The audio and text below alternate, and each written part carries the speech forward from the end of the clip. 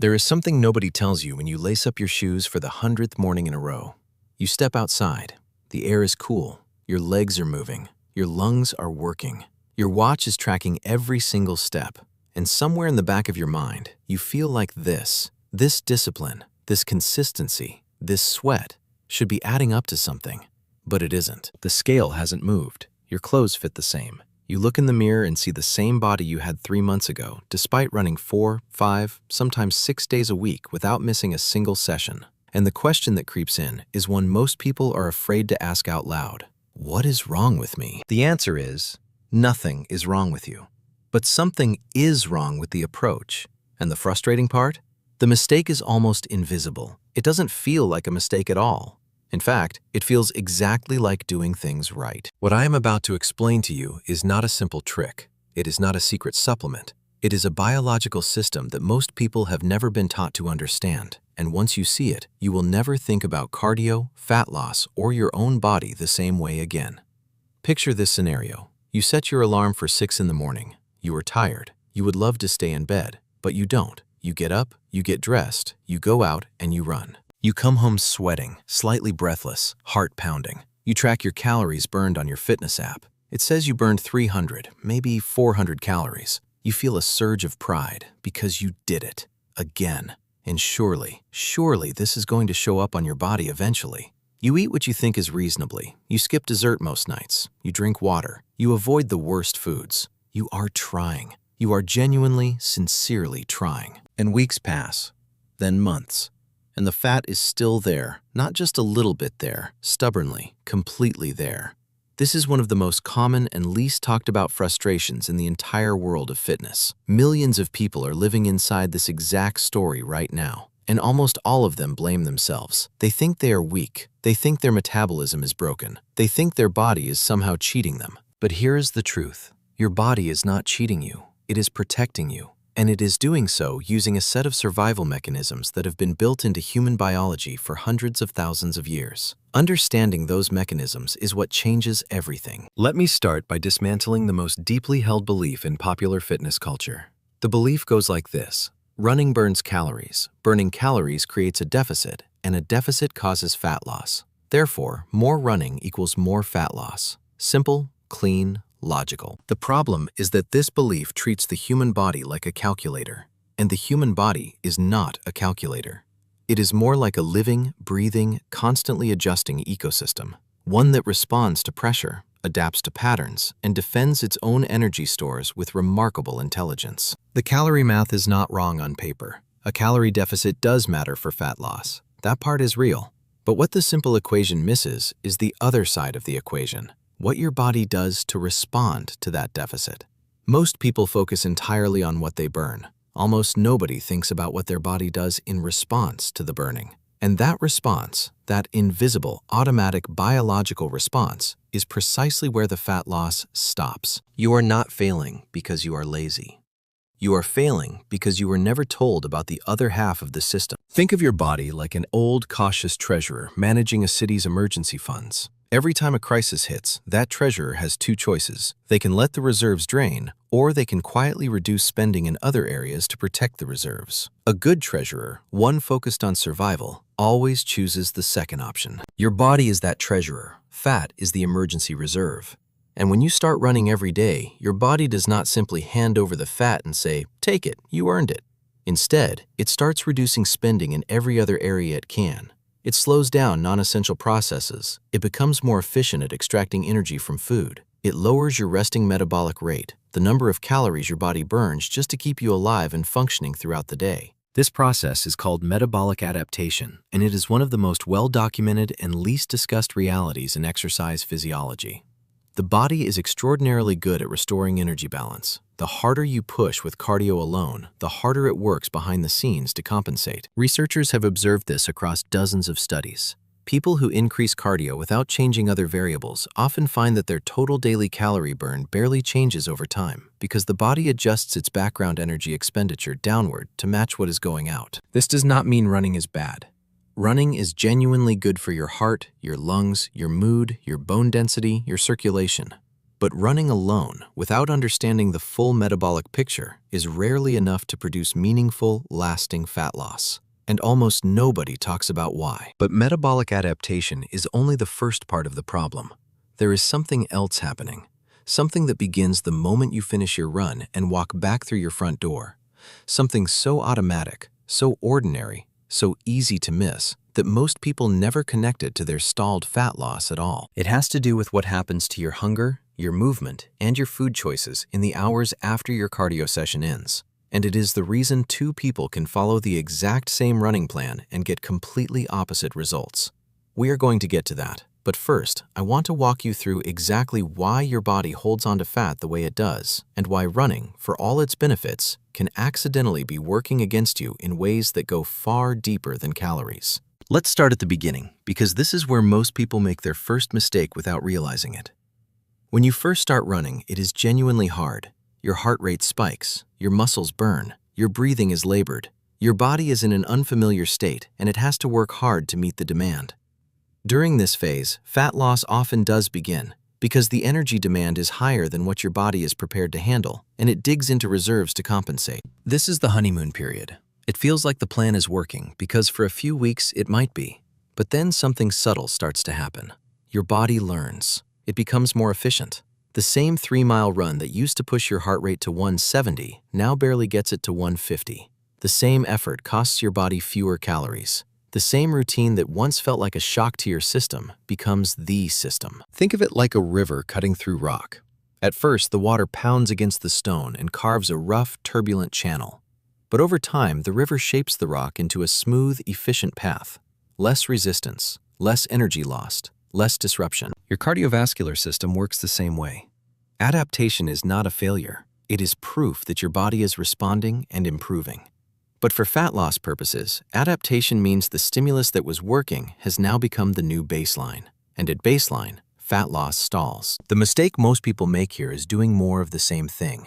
Running longer, running more days, stacking more miles onto a routine that the body has already adapted to. This rarely breaks the plateau, and it often leads to burnout, injury, or both. The solution is not more volume. It is strategic disruption, varying intensity, introducing unfamiliar demands, giving the body something new to adapt to rather than something it has already mastered. But here is the warning before we move on. Disrupting your routine too aggressively, too fast, has its own dangers. Sudden jumps in intensity or distance are one of the leading causes of running-related injuries. Any change to your exercise routine should be gradual, thoughtful, and ideally discussed with a fitness professional or your doctor, especially if you have existing health conditions. What works wonders for one person may not be appropriate for another. Now we come to the part that happens after the run, the part nobody warned you about. Here is what most people experience and never question. You finish your morning run. You come home, shower, and feel genuinely satisfied for a while. But then, somewhere between mid-morning and early afternoon, a wave hits. Not a gentle hunger pang, a specific, urgent, almost irresistible craving, usually for something dense, sweet, salty, or all three. You try to resist. Sometimes you do, but often you eat more than you intended. Or you make choices you wouldn't normally make, and without realizing it, you have consumed a significant portion, sometimes all, sometimes more, of the calories you burned on that run. This is not a character flaw. This is biology. Research into exercise and appetite consistently suggests that for many people, vigorous cardio exercise actually increases appetite hormones and decreases the hormones that signal fullness. The body is designed to restore its energy stores after a significant output event. It treats a long run the same way it treats any major expenditure, as something that needs to be replenished. The cruel irony is that the harder and longer you run, the more aggressively this rebound can occur. You burn 500 calories and eat 600 in the hours afterward, not because you lack willpower, but because your body is executing a hormonal script that was written long before gyms or calorie counters existed. The metaphor that helps here is this. Imagine you empty a large bucket every morning by pouring the water out. All day long, your environment quietly refills the bucket, drip by drip, without you noticing. By nightfall, the bucket is full again. You look at it and wonder why it never empties. That is what hunger rebound does to calorie balance in many consistent runners. The solution is not to ignore hunger, That path leads to disordered thinking around food, which is never the answer. The solution is to make the refill count. Focusing on foods that are genuinely filling, high in protein, high in fiber, high in water content, can satisfy the body's demand for replenishment without flooding the deficit you worked hard to create. This is an area where the guidance of a registered dietitian can be genuinely life-changing, not just helpful. Here is the one that surprises people the most, because it happens without any conscious decision. Exercise scientists have a term for it: NEAT, non-exercise activity thermogenesis. It refers to all the calories you burn through movement that is not intentional exercise. Walking around the office, shifting in your chair, standing up to get a glass of water, fidgeting, gesturing when you talk, climbing stairs, carrying groceries, doing small tasks around the house. NEAT is not a small number. For many people, it accounts for a significant portion of their total daily calorie burn. In some cases, more than exercise itself. And here is the critical piece. When you begin a demanding cardio routine, your body often reduces your NEAT automatically. You do not decide to move less. You do not make a conscious choice. But the fatigue from daily running makes you slightly less restless, slightly more likely to sit, slightly less likely to take the longer route, slightly more inclined to stay still when you might otherwise have paced or walked or moved. Over the course of a day, these small reductions in background movement can easily cancel out hundreds of calories. You ran in the morning and burned 350 calories, but you moved 250 fewer calories worth throughout the day without knowing it. Your net gain is essentially 100 calories, if that. Think of it like a pressure valve on a system. You increase energy output through running. The system feels the pressure and quietly releases it by decreasing output through movement. Not the intentional kind, but the kind that happens below your awareness. The pressure equalizes. The fat stays where it is. This is one of the reasons that people who increase their daily walking, something far less intense than running, sometimes see better fat loss results than dedicated runners. Walking does not trigger the same fatigue-based reduction in NEAT. It does not spike hunger hormones as dramatically, and it is sustainable indefinitely without the same risk of burnout or injury. The practical insight here is simple to describe, but genuinely counterintuitive. Protecting your non-exercise movement may matter as much as the exercise itself. Taking the stairs, parking farther away, standing more during the day. These are not consolation prizes. They are an active part of the fat loss equation. There is one more piece to this puzzle, and it may be the most important of all for long-term fat loss. Fat is stored energy. The body holds on to it because it is useful. It can be burned during periods of scarcity. But there is another tissue in your body that burns energy simply by existing: muscle. Muscle is metabolically expensive. The body has to spend calories to maintain it, even at rest. The more muscle you carry, the higher your resting metabolic rate, the number of calories you burn just lying on a couch doing nothing. Here is where running creates an unintended problem for many people, particularly those who run long distances at a steady, moderate pace for extended periods. Sustained cardio of this type burns calories from both fat and muscle. Over time, if the body is in a prolonged calorie deficit and receiving no resistance-based stimulus to preserve muscle, it begins to break down muscle tissue for energy. This is the body making a resource allocation decision. Muscle is expensive to maintain. Fat is the survival reserve, so reduce the expensive asset first. The result is what some researchers informally call skinny fat, a state where body weight may drop slightly, but body composition does not improve meaningfully. Less muscle, similar fat percentage, a slower metabolism than before, and now even more difficulty losing fat going forward because the engine has gotten smaller. The solution is not to abandon cardio. It is to pair it with resistance training. Lifting weights, doing bodyweight exercises, any form of training that asks your muscles to work against meaningful resistance sends a clear biological signal. This tissue is needed. Do not remove it. The body responds by preserving muscle even during a calorie deficit, which means fat becomes the preferred fuel source rather than the protected reserve. This combination, cardio for heart health and calorie burn, resistance training for metabolic protection and body composition, is what the science consistently points toward for sustainable fat loss, and it has been for decades. The warning here is genuine. If you are new to resistance training, the form in which you perform exercises matters enormously for safety. Starting with a qualified trainer, even for a short period, is well worth the investment in protecting your joints and avoiding the kind of injuries that derail progress for months. There is one more hidden force working against you: and it lives not in your muscles or your stomach, but in your bloodstream. It is called cortisol. And while it has become something of a buzzword in wellness circles, the underlying reality is genuinely worth understanding. Cortisol is a stress hormone. It is released during exercise, which is fine and normal. It is also released during poor sleep, high psychological stress, undereating, and overtraining. And here is what makes it relevant to fat loss. Cortisol, when chronically elevated, is strongly associated with increased fat storage, particularly in the abdominal area. It also increases appetite, particularly for calorie-dense foods, and it impairs sleep, which in turn impairs the hormones that regulate hunger and recovery. For many dedicated runners, particularly those who are also managing high-stress lives, sleeping fewer hours than their body needs and eating less than their training demands in an effort to create a bigger deficit, cortisol levels can remain elevated for extended periods. The irony is stunning. You are running every day in an effort to lose fat. But the cumulative stress of overtraining, under-recovering, and under-eating may be keeping cortisol chronically high, which tells your body to store fat, particularly around the midsection, as an emergency preparedness measure. Your body does not know you are running for aesthetic reasons. It only knows you are in a high-demand, potentially threatening environment. And in that environment, holding fat reserves is a survival advantage. The body is not your enemy in this scenario. It is doing exactly what it evolved to do. The question is how to work with it rather than against it. Rest days are not laziness. Sleep is not optional. Eating enough protein and whole foods to support your training is not cheating.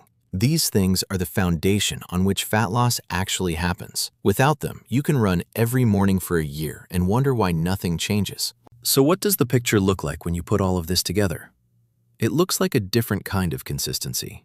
Not just the consistency of showing up to run, but the consistency of understanding and managing the full system your body operates within. Here is what many people who successfully lose fat through cardio-based training have in common. They vary their running intensity, introducing sessions of higher effort, like intervals or hill work, alongside easier recovery runs, rather than doing the same moderate effort run every single day. This continues to stimulate the metabolism without allowing full adaptation to settle in. They pair their running with some form of resistance training 2 to 3 times per week. Not to become a bodybuilder, but to preserve the muscle that keeps their metabolism functioning. They prioritize protein at most meals, not in extreme quantities, but enough to support muscle preservation and genuine satiety. They pay attention to how full they feel rather than eating to a number, choosing foods that satisfy hunger with fewer calories. They protect their sleep like it is an active part of their fat loss plan, because it is. They manage stress not just with exercise, but with recovery. Actual rest days where the body is allowed to repair and recalibrate. And they keep moving throughout the day in small, low-effort ways that do not trigger the same fatigue-based reduction in background activity that intense cardio can. None of this is extreme. None of it is complicated. But it requires understanding that fat loss is a system, not a single behavior. Running is one input. It is a good input, but it is not the whole machine. There is something profound embedded in all of this that goes beyond fitness. We live in a culture that worships visible effort. The early morning alarm, the miles logged, the sweat, the sacrifice. And there is real value in that discipline, real character built through showing up when you don't want to. But effort and result are not the same thing. Doing hard things is not automatically the same as doing the right things. And one of the most quietly empowering ideas you can absorb is this. The body rewards wisdom as much as it rewards willpower. Understanding why something is not working is not an excuse to quit. It is an invitation to think more clearly. The runner who learns to listen to their body, who adjusts intensity based on fatigue, who eats to support training rather than punish appetite, who sleeps and rests without guilt, is not doing less. They are doing something harder. They are resisting the urge to simply push harder when the answer is actually to push smarter. Fat loss is not a punishment. It is not supposed to feel like suffering through something your body hates. When the approach is right, the body moves in the direction you want it to. Slowly, yes. Imperfectly, yes. But steadily. The people who succeed long-term are not the ones who had the most intense month. They are the ones who built a system they could sustain for years. Let's bring this all the way back to where we started. You run every day. You are consistent, dedicated, and genuinely trying. And the fat is not moving. The reason, or rather the collection of reasons, is not your fault. It is the result of biological systems doing exactly what they were designed to do, in response to an approach that was never quite designed to outsmart them. Metabolic adaptation quietly lowers your calorie burn over time. Hunger hormones rebound and refill what you burned before the day is done. NEAT, your background movement, decreases without any conscious decision. Muscle tissue, the engine of your metabolism, gets quietly trimmed if there is no signal to preserve it. And chronic stress, poor sleep, and overtraining keep cortisol elevated in ways that work directly against fat loss. The solution is not to stop running. Running is wonderful. The solution is to see the whole system, not just the one behavior you are already doing. Add variety to your intensity. Add resistance training. Eat in a way that supports your training and genuinely satisfies hunger. Sleep. Rest. Move throughout the day without obsessing. Be patient with a process that works over months, not weeks. Your body is not broken. It is brilliant. And once you learn to work with it instead of against it, everything changes. Now I want to hear from you. How long have you been running consistently? And have you noticed your results slow down or plateau over time?